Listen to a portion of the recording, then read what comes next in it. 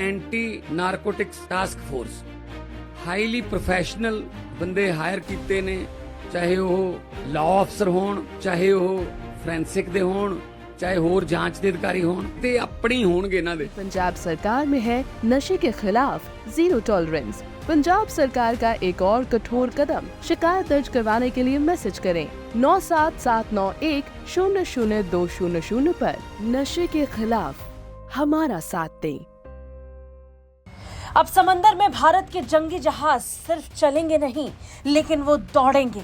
समंदर में भारत के जंगी जहाजों की गूंज दुश्मन तक बहुत आराम से नहीं, बहुत तेजी के साथ पहुंचेगी, क्योंकि भारतीय नौसेना के जंगी जहाजों को वो रफ्तार मिलने वाली है जिसका इंतजार भारतीय नौसेना लंबे वक्त से कर रही थी। आखिरकार ब्रिटेन के साथ भारत ने वो डील पक्की कर ली है जिसका इंतजार सबको था। इंतजार इलेक्ट्रिक प्रोपल्शन सिस्टम को हासिल करने का। अब भारतीय नौसेना को और आगे बढ़ाने की दिशा में एक बहुत जरूरी कदम उठाया गया है। भारत और यूनाइटेड किंगडम ने भारतीय नौसेना के लिए इलेक्ट्रिक प्रोपल्शन सिस्टम के डिजाइन और विकास पर सहयोग करने के लिए एक एसओआई पर हस्ताक्षर किए हैं। पोर्ट्समाउथ में इलेक्ट्रिक प्रोपल्शन क्षमता भागीदारी की तीसरी संयुक्त कार्य समूह की बैठक के बाद इस पर साइन कर लिया गया और ये समझौता पक्का कर लिया गया।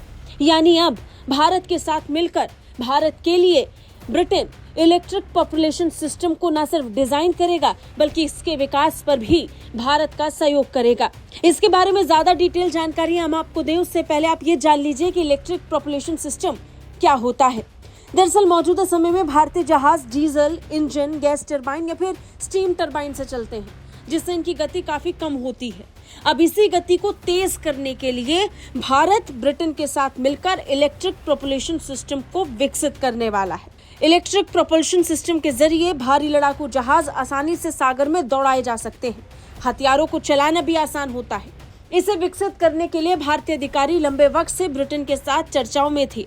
दोनों देशों के बीच इसे लेकर बातचीत हो रही थी और आखिरकार ये समझौता अब पूरा होता हुआ दिखाई पड़ रहा है। इलेक्ट्रिक प्रोपल्शन सिस्टम से जुड़ी ट्रेनिंग, उपकरण और ढांचागत संसाधनों के विकास के लिए ब्रिटेन अब भारत का सहयोग करने वाला है।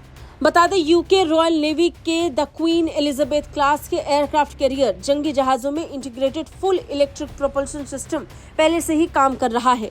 भारत में इसे पहले से लैंडिंग प्लेटफॉर्म डॉक्स पर आजमाया जाएगा, फिर ये विध्वंसक जहाजों में लगाया जाएगा।